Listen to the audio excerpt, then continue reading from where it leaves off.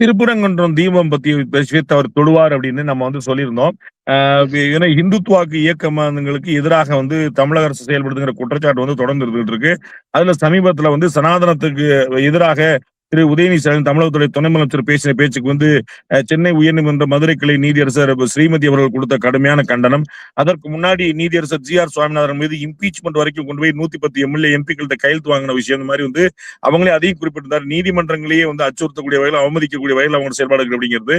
So Tamil கடவுள் முருகன் நம்ம அதான் தமிழ் கலாச்சாரம் அப்படிங்கிற ஒரு தமிழ் கடவுள் முருகனா இருக்கக்கூடியவரை கூட அதை வந்து தமிழ் கடவுள் நம்ம பார்க்க கூடாது, அது இந்துத்துவா ஓட்டுன்னு பார்க்கணுங்கிற மாதிரியான ஒரு பார்வை வந்துருச்சு அப்படிங்கிற குறிப்பிட்டிருந்தாரு. அவர் இப்படி இந்த திருப்பரங்குன்ற விஷயத்தை குறிப்பிடுவார்னு நம்ம சொல்லியிருந்தோம். ஏன்னா நிதின் நபீன் அவர்கள் அகில இந்திய தலைவராக வரும்போது அந்த பேச்சை குறிப்பிட்டிருந்தாங்க போது இது கட்டாயமா தொடப்படுவாங்கன்னு சொல்லியிருந்தோம். நம்ம அதே மாதிரி தொட்டிருந்தாரு.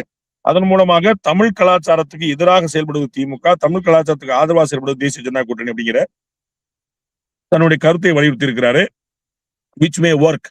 அது வந்து என்னமா அவருக்கு வந்து கொடுக்கப்பட்ட பொருட்கள்லாம் என்னங்கிற பார்த்தோம், நினைவு பரிசுகள் என்ன பார்த்தோம்.